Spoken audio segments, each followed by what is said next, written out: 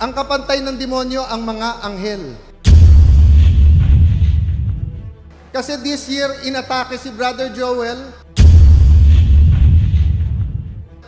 And because si Brother Joel ay bahagi at nasa pundasyon din ng JL dahil sa kanyang youth ministries at ministry po sa church, inaatake din po ang JL. Hindi nyo ba nababasa sa Facebook, "Oy mga JL, gumising kayo. Oy JL, simbahan ba kayo? Bakit kayo involved sa korupsyon?" Kaya siguro meron pong ilan na wala dito ngayon. Kung titignan nyo po, minsan, ang Lord mas maganda strategy kaso sa demonyo. Ang demonyo, never niya kapantay ang Panginoon. Kasi anghel din siya na binanish siya, hindi ba? Pero tao na ginagamit ng Panginoon, minsan mahina tayo sa strategy. So ano ang strategy po ng demonyo sa mga panahon na ito? Ang revival po, ang kasama niyan ay repentance. Individual, community, corporate repentance. Praise God. Payagan niyo po ako basahin ang isang resolusyon na unanimously approved by the Senate of the Philippines, adopted October 1, 2025. Basahin ko na lang po verbatim, ha? Resolution number 26. Resolution congratulating and commending the Jesus is Lord Church worldwide on the celebration of its 47th founding anniversary on 18 October 2025. Whereas the Jesus is Lord worldwide, founded in 1978 as a Bible study group of 15 students by Bishop Brother Eduardo Brother Eddie C. Villanueva and his late wife, Dr. Adoracion Sister Dory J. Villanueva, has grown into one of the largest full gospel Christian churches around the world.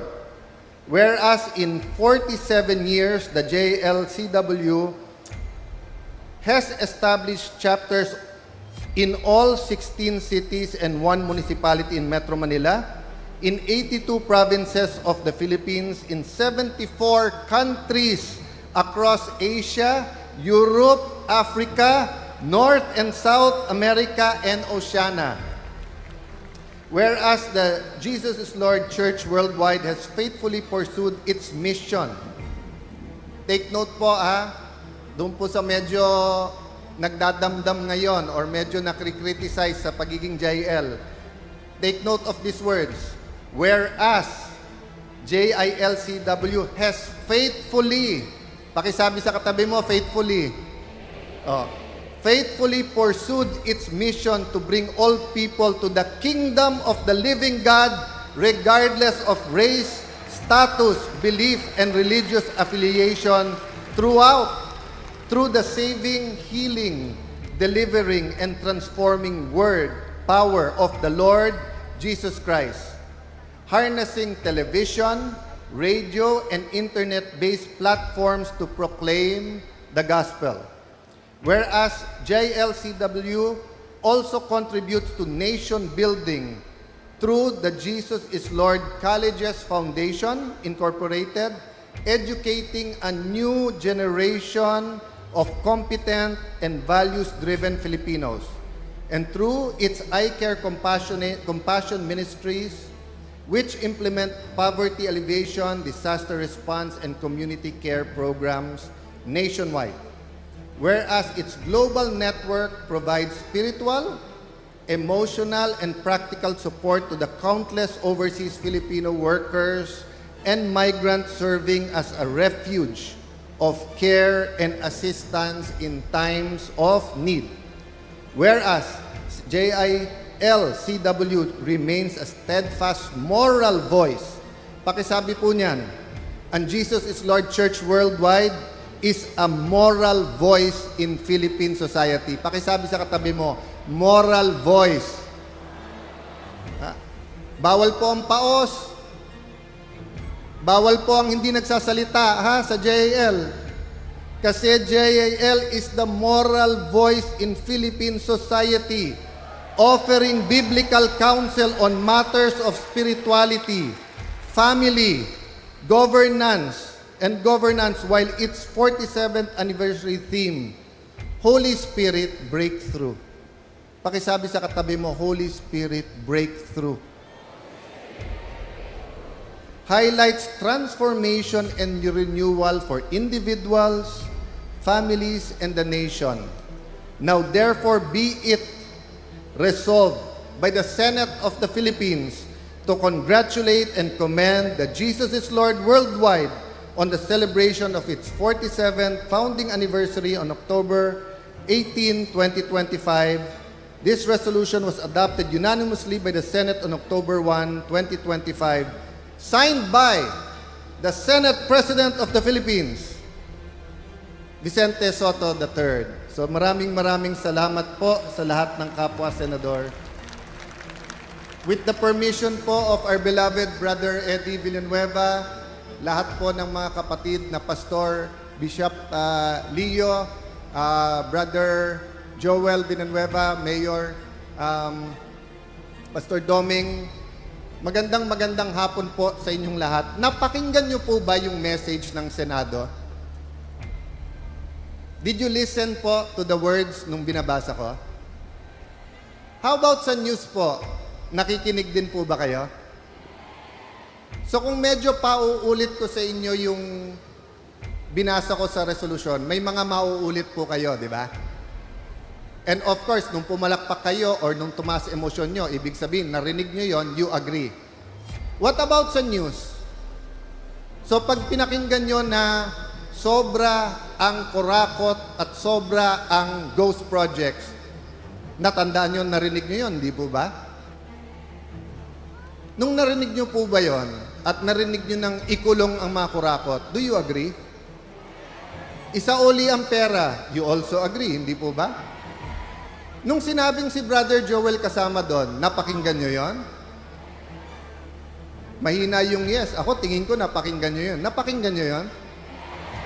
Nag-agree ba kayo na kasama siya doon? How about yung salita ng Diyos po ba? Napakinggan nyo po ba? So yun po ang message ko sa inyong maikling message ngayong hapon. Bakit po? Last year po, wala ako dito physically. Pero tandang-tanda ko po, dahil hindi lang po si Brother Bishop, Brother Eddie, ang ginamit po ng Panginoon at ng Banal na Espiritu sa pagsasabing parating na ang revival sa ating bansa. Naalala niyo po yon? Naalala niyo yon? Last year, mas malakas pa ang hiyaw niyo nun nung sinabi ni Brother Eddie, there is a revival and it is here. And welcome the Holy Spirit. Eh bakit last year mas malakas ang palakpak?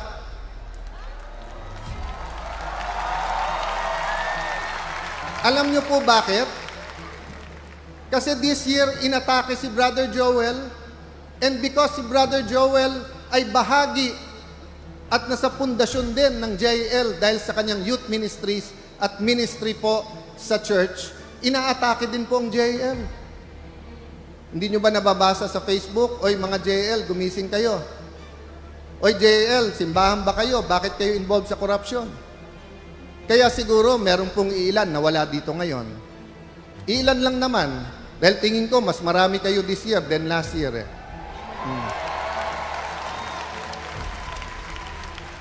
Mas malakas din ang palakpak because we are emotional, we are humans.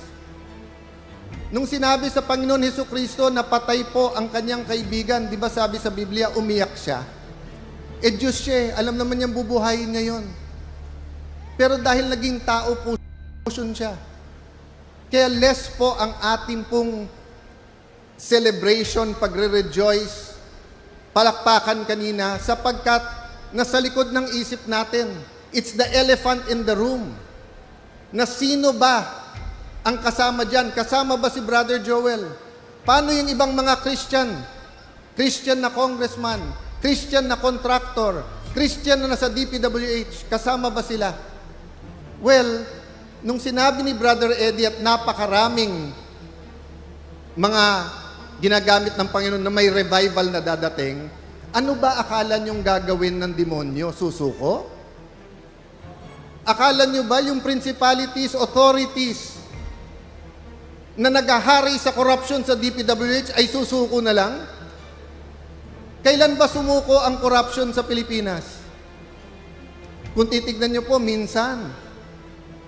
Ang Lord mas maganda strategy kaso sa demonyo. Ang demonyo, never niya kapantay ang Panginoon. Ang kapantay ng demonyo, ang mga anghel. Kasi anghel din siya na binanish hindi ba? Pero hindi niya kapantay ang Panginoon. Pero tao na ginagamit ng Panginoon, minsan mahina tayo sa strategy.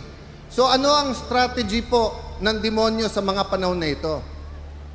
Ang revival po, ang kasama niyan ay repentance. Individual, community, corporate repentance. Di naman po kailangan lahat mag-repent. In terms of corporate repentance, tignan niyo po nakalagay sa Bible, if my people, hindi sinabi po ng Panginoon, if Luzon, Visayas, Mindanao, if 110 million people repent, I will heal your land. Hindi po. Ang nakalagay doon, if my people. So anong ibig sabihin nun? Pag-aaway-awayin tayo ng demonyo. Ang una niyang titirahin mga Kristiyano. Dahil alam ng Kristiyano, hindi lang tao ang kalaban natin. Meron principalities, meron authorities, meron pong kings, may spiritual warfare dito mga kapatid. Kaya ako tinanong, nakikinig ba kayo sa news? Nakikinig ba kayo sa radyo? Nanonood ba kayo ng TV? Nagbabasa kayo ng Facebook? Kasi sa mga panahon po ngayon, kung sila pakikinggan natin, talo na tayo. Pero kung salita ng Diyos ang ating papakinggan, nakikita mo na, bawat bira sa JAL ang natutumba yung demonyo. It's your choice, mga kapatid. Hindi titigil ang bira sa inyo. Hindi titigil ang bira. After magsalita ni Joel ngayon, magpapalakpakan tayo. Pero maniwala kayo, lalong lalakas ang bira sa kanya. Bakit? Balakid siya sa gusto ng demonyo.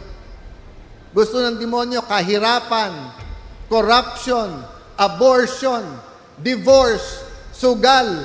Hindi lang ngayon sugal na physical, online. Nagpa-survey po ako. 88 to 92% ayaw na ng sugal na online. Anong problema? Natabunan na ng corruption wala bang corruption sa BIR? Wala bang corruption sa customs? Wala bang corruption sa kahit saan natin tignan sa bansa? Malilinis ba yan pag flood control lang? Hindi po. Kaya yung galit po natin, kung political ang problema, political ang solusyon. Pero mga kapatid, ano problema? Spiritual o political? Kung hindi tayo naniniwala sa Diyos, at naniniwala tayo tao lang yan, madaling isolve to. Pero kung naniniwala tayo may mga spirito sa likod nito, and this is part of the spiritual battle, then, mga kapatid, pumalakpak tayo sa revival pero humanda tayo sa gera. Pero may sikreto po ako para sa inyo. Sabi ng Panginoon, panalo na tayo Nagbibilang na lang ng oras ang demonyo.